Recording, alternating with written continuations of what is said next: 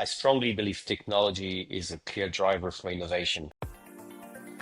If you want to get stuff done, then you have come to the right place. This is the Get Stuff Done podcast, brought to you in association with RDI Worldwide, a weekly interview series with prominent and diverse people from around the world, who will share their own unique insights on what it takes to get stuff done and their personal strategies for doing so. My name is Gordon Dudley, the creator of the Get Stuff Done project and host of this podcast. Thank you so much for being with us. We hope you enjoy this episode and would love to hear your feedback anytime. Let's get stuff done.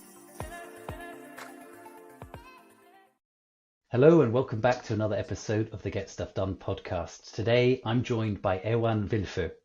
He is the current group head of distribution and also cluster head at DKSH. DKSH is a $13 billion Swiss company, a multi-sector conglomerate and a self-named market extension company. He's based in Singapore, but originally from Switzerland. He has an MBA from IMD School. He has spent in his career 20 years at Nestlé, eventually becoming the CEO of Nestlé Group Company in Korea, which is where we had the fortunate opportunity to meet each other. And he's worked across many different countries. He's also set up his own consulting practice, and he's always had a key focus on digital technologies, receiving more and more training and education in this cutting edge area. And he's also a qualified pilot.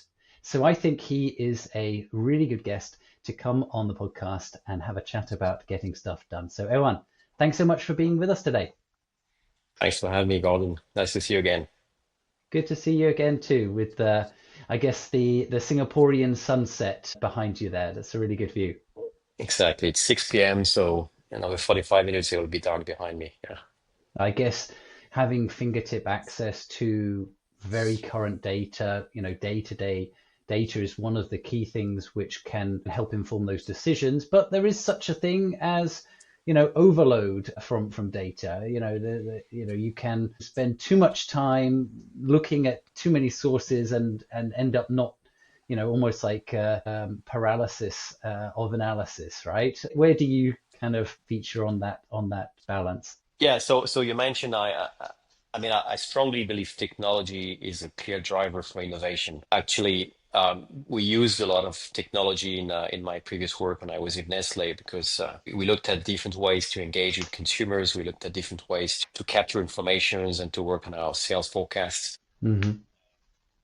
Now I moved to a different world where we're looking to, with DKSH, a service company and selling services to a healthcare company. We're serving 130,000 customers, pharmacies in the regions, hospitals, clinics. So you capture a lot of information, a lot of data. And the question is how you make sense of all this quality of information. You need to have a purpose. You need to know where you're going to go. Capturing the whole information is interesting, but you clearly need to structure what's going to happen with all this data. How can you monetize that? How can you use that internally? If you're not clear about where you want to go, you're going to launch yourself on all these loads of data without clearly being able to do something out of it. But definitely, again, I think data and digital solutions are a great way to engage with our consumers, and it's a way to totally change the way you drive your business. So, for example, to give you a few concrete examples, in the things we're doing now, we use data in a different way, or digital solutions to engage with medical reps in a different way. So we talk to doctors to educate them about the drugs, about the disease, about a lot of healthcare issues. Where we had previously just medical reps visiting the doctors, now they use a set of digital solutions to interact with the doctors. We have also all the data from the distribution we can use to predict the sales at a very geolocalized levels. We have data we use to manage the stocks better. So it's clearly helping different parts of the industry to make better informed decisions on how to drive the business. Mm-hmm. Mm-hmm. The challenge, I think, is on one side is building up this capturing the data, updating the data, and it's a lot of work to clean and have clean sets of data. It's also about adjusting the organizations to make sure you have the right people, both on the technical sides and on the other sides commercially, to be able to use this data and monetize the offer. So the transitions to all these new technology is parts of looking forward to looking at how you want to change your company and how you want to benefit from all this data to bring innovation. And For sure. obviously AI is everywhere now. Everybody's talking about AI, Yeah, but I think we don't necessarily understand the magnitude of what is coming and what we'll be able to do with AI. We're still trying to figure out how to build or to make sense of all the data we're capturing, but there's such a big wave coming up that's going to definitely change the way we work in the future. for sure. For sure. Yeah, it's interesting because all the trends that you mentioned there are very much industry specific in the stage at which that industry is at, and a lot of variety in terms of the introduction of those things. Yeah. Just one specific question when it comes to managing people. You have two titles as group head of distribution and also head of the cluster. And so a number of reports, direct reports, indirect reports, and reports of reports, and so on and so forth. Do you have a position on what the ideal number of reports is? Like how many people should you manage directly, and where do things start going wrong? No, I'm not an expert on that. I think we try to get more and more flat organizations. You want to avoid having Too many very layers. deep organizations. Yeah. So yeah, that's something everybody's working on to simplify. Hmm. On the other side, I think 9 to 12 starts to be a bit the limit. It also depends what business you're doing, what kind of project you're driving, and what Sure. level of attention you need to bring. But my sense would be around, yeah, 9 to 12 Okay. people. Fair enough. And then having worked in multiple different countries, very different kinds of cultures, I want to ask a little bit about the experiences you had in terms of maybe some of the most impactful things you've learned from a particular culture that have influenced and inspired you in other cultures, or perhaps maybe what were some of the toughest things that you found managing across cultures? So it's an excellent point because the toughest thing is to understand, again, people are different and the cultures are driving people to behave in a different way. I mean, I was born in France, but I grew up in South America, Middle East, a bit in the United States. So I was exposed very early to these different cultures. But clearly, you clearly need to make sure you don't take your own beliefs, understanding of the way to communicate and just replicate that to think that your interlocutors would behave the same way. And definitely within Europe already you get a lot of people behaving a different way. Within every country in Europe, you would say people would see differences, but when you move to the different countries in Africa where I mean, I was based in Ghana, but can tell you about somebody in Ghana and somebody in Togo, although it's nearby, it's totally different. Um, but it's funny because when I'm in Asia, people are saying, "How is Africa?" Since where in Africa is big as Asia, and it gets so many different languages, cultures, and people behave in a different way. So from Mauritanians to Ivorians to Nigerians, it's totally different cultures, different ways to behave. So people make the mistake to see Africa as a whole, but Africans probably see Asia as a whole. If you don't travel through Asia, you know for yourself, having spent many years in Korea, that yeah, Koreans will be behaving very differently from people from China, Japan, Vietnam, and all the other countries. It's clearly something that again requires to listen to make sure that you observe, you look at how people are behaving. Hmm. For me, Korea was very interesting as an experience because I knew it'd be a very different country, a very difficult country for myself. It was my first time in Asia. I read a few books on how to not to make mistakes Hmm. doing business in Korea because you want to make sure you're respecting and respecting the people you're going to talk to, and you got a lot of rules from the first time you meet the people, where do you sit on the table, who speaks first. And I'm still a bit shocked. Having spent 7 years in South Korea, I still see people behaving in these countries with the Western codes, which are not fitting at all. And that's the best way to fail a negotiation if you start missing, I mean, not showing respect to the people Yeah. you're meeting. So it's a good point. I mean, how you drive people in a culture in these parts of Asia compared to South America, it's totally different. The way the interactions, the conflicts management would be very different. And I think it's sometimes very important to try to understand, and it's quite easy now reading on the internet. You can find there's a good book called The Culture Map as well, which describes this in a Love very that nice one. way. Yeah. It's a good one.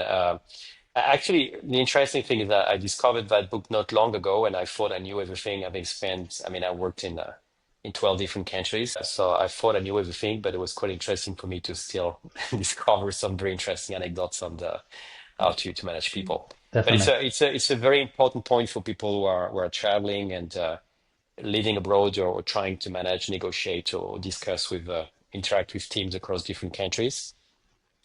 The time is more fluid. The discussions, the conflicts are driven in a totally different way.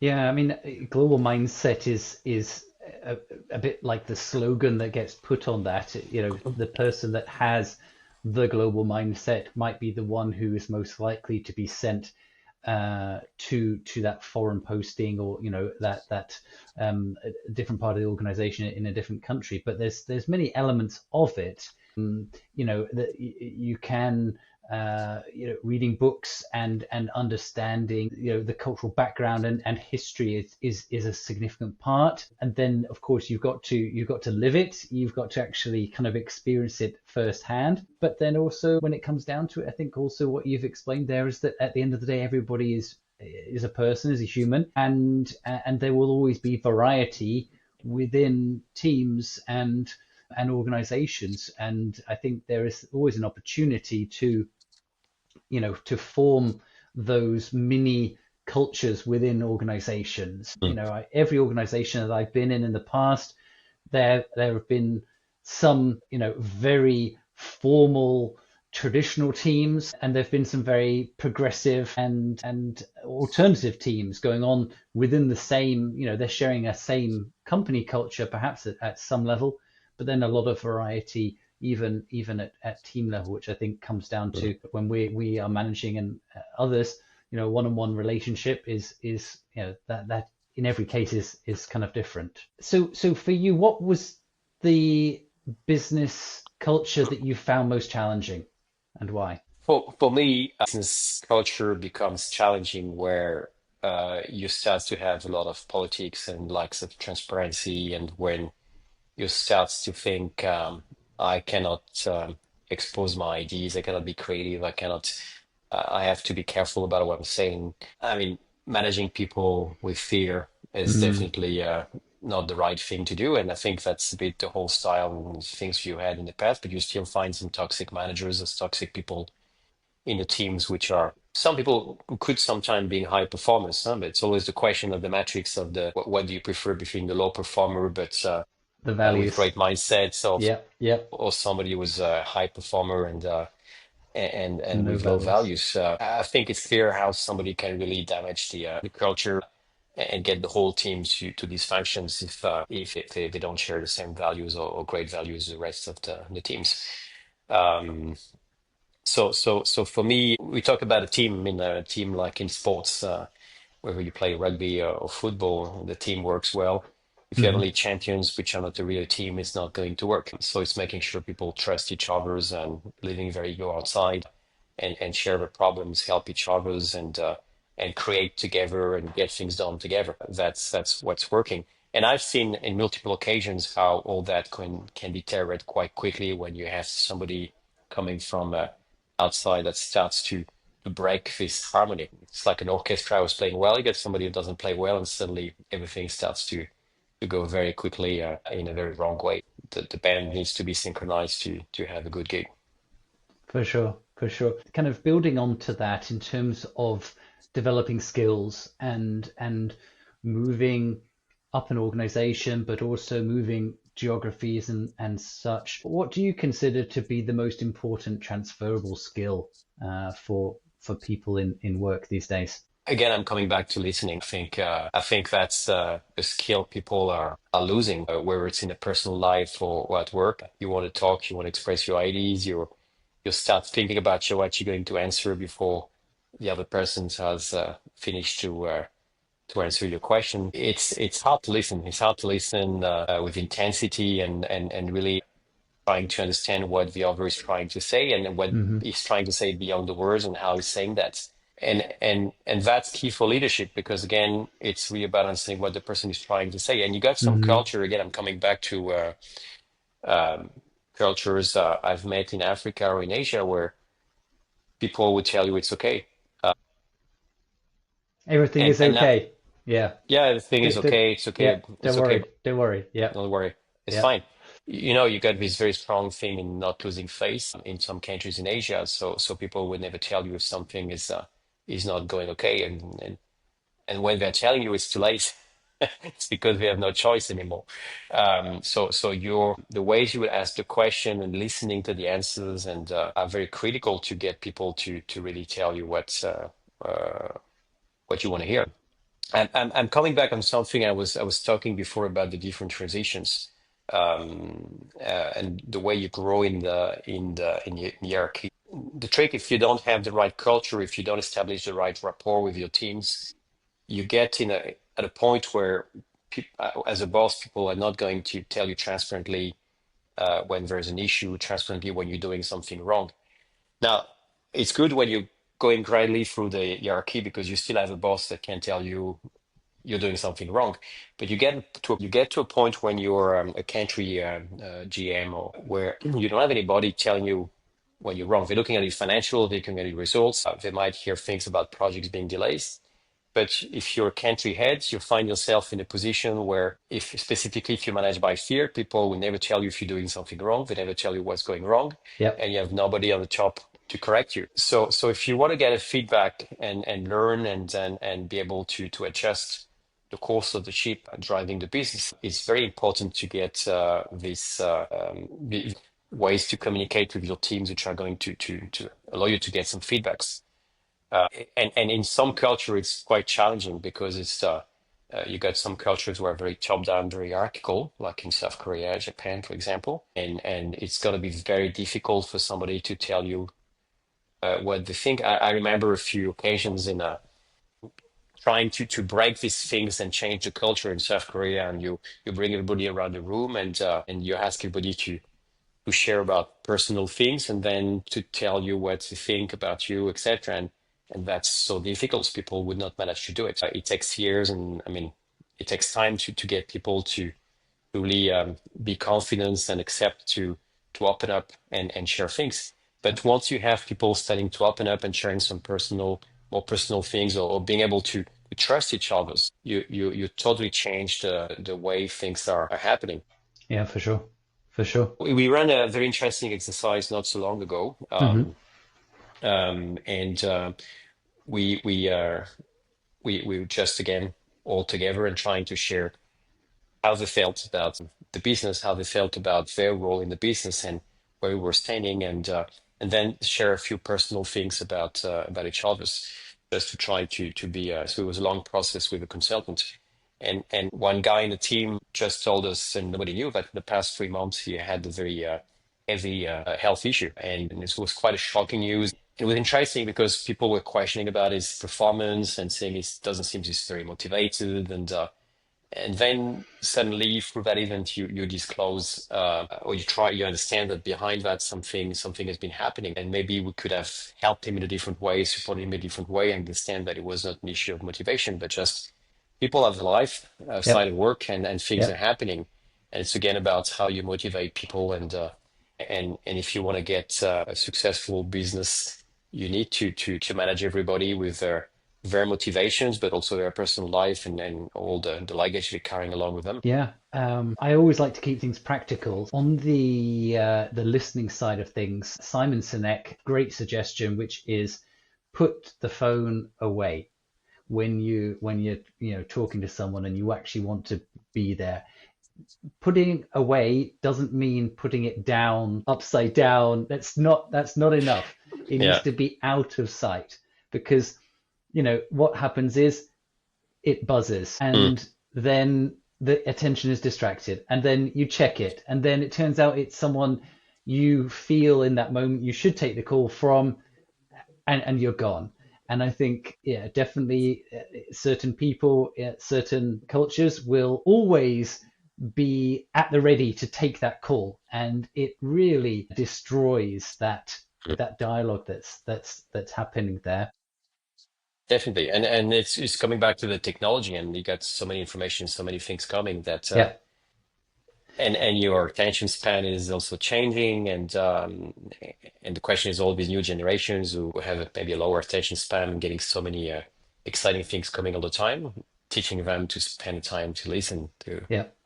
The other one with listening that I really love, which I think for me personally, I'm a quick talker, very active in, is to just use silence and, to ask a question. And if you don't get an answer right away, it might be just because you're not waiting long enough. And so I can't remember where I heard about this, but wait for 10 seconds. Let there Mm. be silence for 10 seconds. Now, if anyone who's done this, goes away and tries, 10 seconds feels like a really, really long time to just be there in silence looking at the other person. It can be quite intimidating.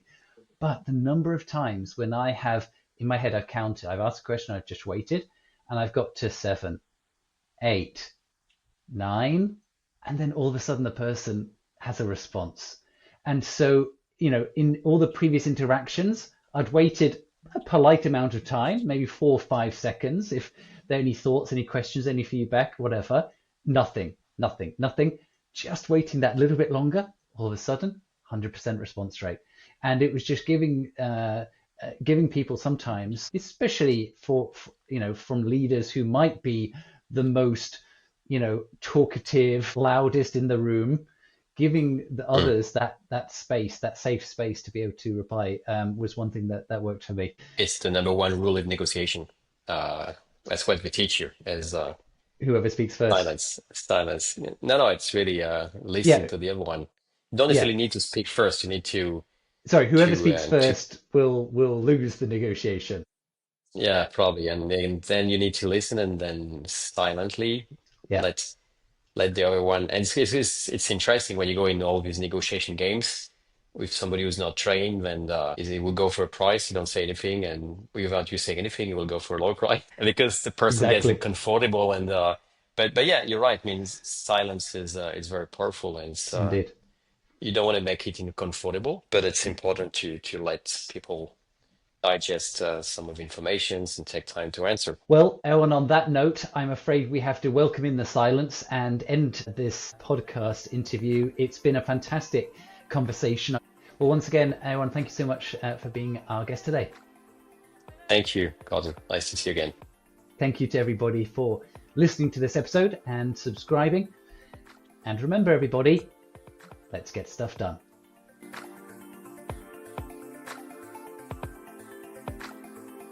Hi, this is Gordon from the Get Stuff Done podcast. Thank you so much for watching and listening. We will continue to bring you guests from a wide, diverse background and sectors to share with you insights about their leadership, their career experience, what it takes to get stuff done, and how they go about achieving all that they want to do in their professional careers. Once again, thank you for watching, and please do subscribe on all of the podcast platforms that we are available on. It will be great appreciated. Thanks so much.